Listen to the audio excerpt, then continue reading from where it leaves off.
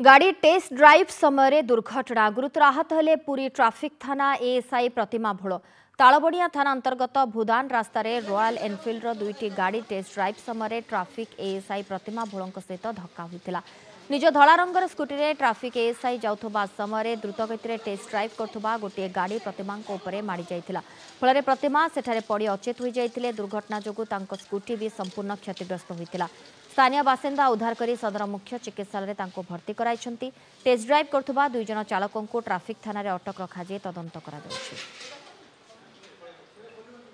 आगे ए रास्ता दे मु आसिला भितरे मैडम जाउथिला आगे रे ए दीटा गाड़ी एती स्पीड रे चलौथिला पछुआ गोटे गाड़ी माड गला आगे धड़ा गाड़ीटा जाई बाइकटा ताम पर माड गला आउ गोटे गाड़ी तांको ऊपर दे चढ़ी गला से गली गला पर गोटे गाड़ी तांकर उल्टी की सेपटे जाई पड़िला आउ गोटे गाड़ी मु देखले माने मैडम को तळे पड़ी जिवा तळे पड़ी गला पर आउ गोटे गाड़ी ता ऊपर दे चढ़ी जाई से तीन जन पिला तांको उठी नै के ऑटो रे हम ऑटो रखियारो ऑटो नै के मेडिकल गले।